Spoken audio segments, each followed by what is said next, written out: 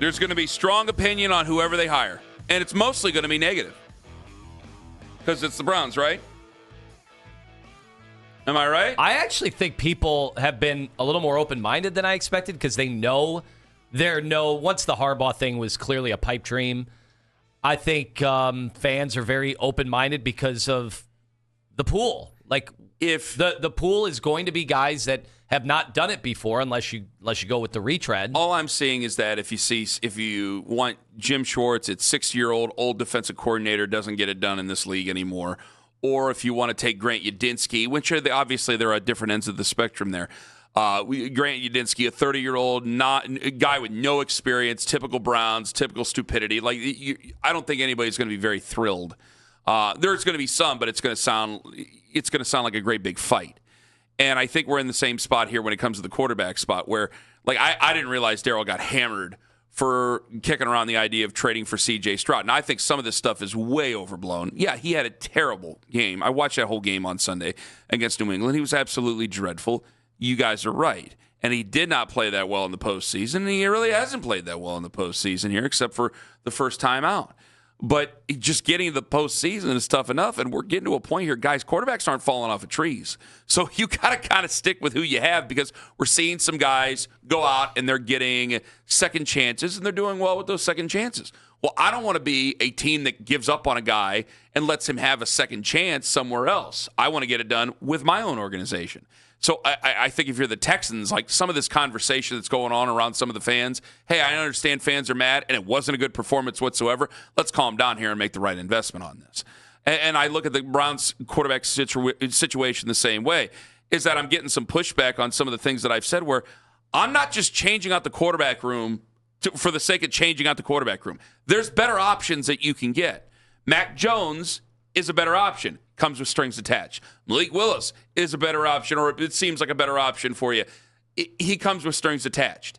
There's a lot of things there that you have to take into consideration, and it's not about just getting the quarterback room a little bit better. You want the quarterback position, the number one, to be one of the best. How do I do it? Well, I know that a lot of people said you could have lost the last two games and been able to do it. But again, I tell you that, yeah, you could have had Fernando Mendoza. But as Lima says, I don't know because I didn't know at the time what the Las Vegas Raiders were going to do by the time that they got around to playing in their football game. So there's a lot of ins and outs here. So what I have now is a situation where I'm not drafted until number 6 overall.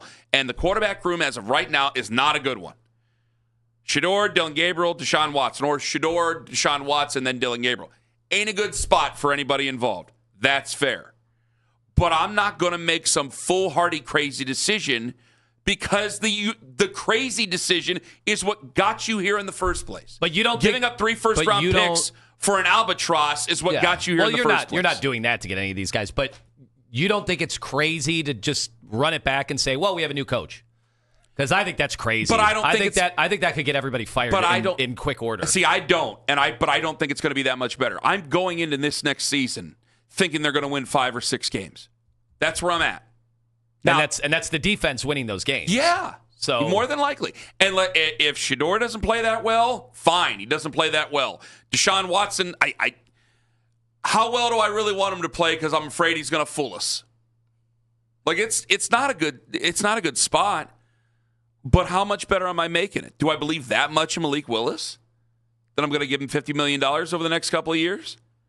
It's just money. So that's the easiest thing to it. With Mac Jones, I got to give up picks, and it's San Francisco. You know that they're not in any interest in helping us. So I have to give up picks, and I have to give him money. Now, I'm not going to have to give him $300 million or whatever the hell it is, but I'm going to have to give him some sort of an extension there. I could try to make him play it out if I really wanted to, but I don't know how much good that's going to do for everybody involved. But we could try to go down that road if we really want to and franchise tag him. I've heard that idea, and it's a little unorthodox because you really want to make that investment, but fine, we can go right on ahead and do that. Like, there are options there that you can be better, but I'm not going to force it and double down and triple down on previous bad decisions. So if I got to go into this season with those 3 guys as my quarterbacks, and yeah, I guess I got to go into that season with these 3 guys. I wonder what season ticket holders would think about that. Season ticket holders haven't been happy in years. So I wonder. I don't know what I'm going to do. What is it? So what your message would then be? It was all Kevin Stefanski. He was the only reason we were bad this year. I don't know what their message would be. I'm not them. I'm telling you what I am. I'm not blaming it all on Kevin Stefanski. I'm telling you right now, I don't know how good they're all going to be. Probably not that great. Now, you're bound to be a little bit better because you're definitely going to address the offensive line. So hopefully that'll help. It's not that they're going to be all that great.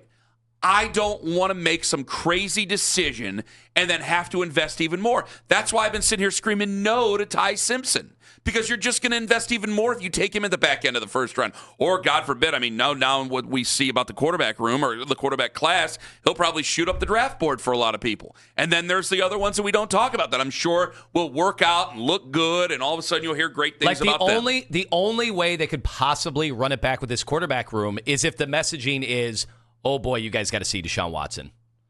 That's the only way that I think fans would be okay with that. Then you're going to hate me because fans probably wouldn't be okay with that. Throughout this entire offseason, I'm going to say I'm not going to be fooled. I'll wait to see it myself.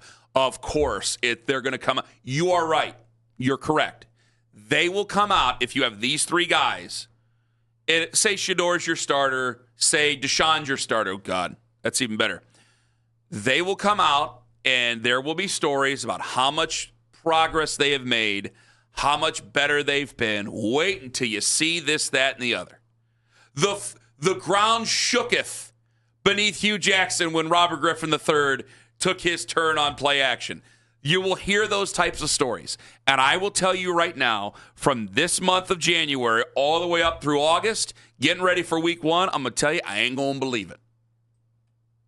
But I'm just not going to make a bigger investment in that position that I have to, and then have to drag this out any further. That's where I'm at, man. So if we got to go out and we can only win a few games next year, fine. I don't care. I'm not dealing with this any longer. I'm not going to make some crazy decision again. Crazy decisions is what got us here. Can't you guys see that? So what, you so desperately want to move off a guy that probably isn't worth the arguments that we've been having or that you've been having with people on the internet now for the last how many months? Probably isn't going to be worth it, right? You want to move on that desperately from that guy, you're willing to double down and make an investment on somebody else that you don't fully believe in? But Ty Simpson, Malik Willis, Mac Jones, any of those guys. It doesn't have anything to do with, I'm not desperate to move off of Shador. I'm desperate to find a legitimate quarterback for this team, so Myles Garrett is not wasting his time just chasing personal records. Yeah, I get that too, man, but this is what they are. I'm not going to force a situation that isn't there. If they're not there, they're not there, and I'm not going to sit there and stare at something until I can turn them into the type of person that I want them to be, because they're not going to be. They're not going to be. I'm not going to sell myself on terrible QBs anymore. I've done it, and I'm done doing it. I'm done. So if this year's the year that they have to go out there and just play Shador for 16, 17 games or play Deshaun Watson half of this, I don't care. I don't care. I'm going to get the position right come hell or high water. And if it takes this year, then it takes this year. I'm going to be a lot of fun, apparently, over the next how many months. I mean, that sounds like you want them just to tank this year. Whatever happens, happens. I will not root for them to lose. I never have, and I never will. But if they go out there and they have a bad quarterback, yeah, I'll probably get mad on a Monday, but I'll be understanding by a Tuesday and a Wednesday that, yeah, they don't have a great quarterback situation. They don't have one. I mean, we wanted the head coach gone because of how the quarterback play was. The head coach is gone because of how the quarterback play was. So I can't just keep sitting there putting it on head coaches and all the other guys. I can't keep scapegoating it. If it isn't working, it ain't working.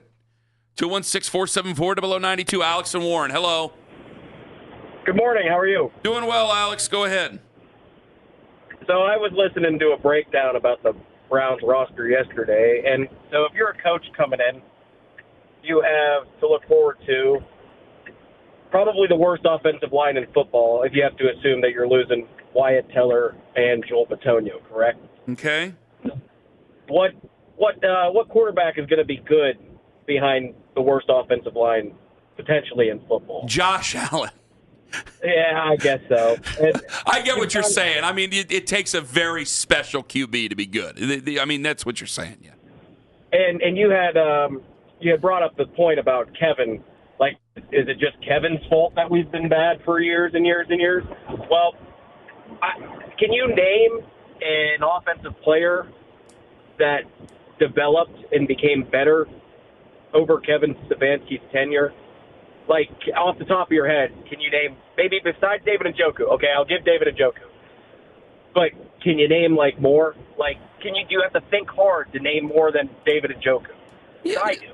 Well, yeah, Now, is that because they drafted guys that weren't able to really be developed? Because you do draft guys based on ceilings sometimes, and they also seems like they drafted a bunch of the wrong guys. Well, they got rid of Kevin, and we'll find out this year just how much of it was Kevin's fault. Because they're not. I mean, they can address this, but I don't know how much more they can address. If they still don't have a quarterback, then we're still just going to be spitting into the wind here, Alex. I agree, but we had Baker Mayfield, and I didn't think Baker Mayfield's very good. I don't think he's proven to be that much better than what he was when he was here. Besides making a couple playoffs down there, he made a playoffs with us too, and he won a game. He's won a game down there, but I just have loftier expectations for the Browns than winning a playoff game. So forgive me for not thinking, he was what we needed to build our future around. But even he regressed under Kevin Stefanski. He got worse under Kevin Stefanski. And that was kind of the point of going to get Deshaun Watson. Deshaun Watson regressed under Kevin Stefanski. Shedeur Sanders is 7 touchdowns, 10 interceptions. Like, nobody has been playing good besides Joe Flacco for 6 games. Well, yeah, but I haven't been arguing this whole time to keep that we should have kept Kevin Stefanski. I'm not arguing that. It's just I understand. So kind of I'm trying to bring it around to the point is I think a new coach. I don't know what to think with this quarterback room because your question was, are we going into next year with this quarterback room? Uh-huh. I don't know what a new coach is gonna look at this quarterback room and say like it can really only get better. Like it literally can only get better. I don't know how it can get worse. I mean, I've been watching the Browns my whole life, and this year was pretty terrible. It could get worse. I just hope the new coach comes in, and this is probably going to be the quarterback room. We owe this guy so much money. We have 2 rookies. Like, let him battle it out. Like, I'm not rooting for him to lose, but again, you've got money tied up in him. You've got 55 players under contract coming into next year. That's where I'm at. I mean, Alex, we went a long way to come to the exact same place. You and I are in the exact same spot, and thank you very much for the call. Like, all these things are me talking myself into decisions I know are bad decisions. Because why? Because I'm desperate. I'm done. I'm tired of being desperate. I'm tired of searching through the dumpster for quarterbacks. I'm done.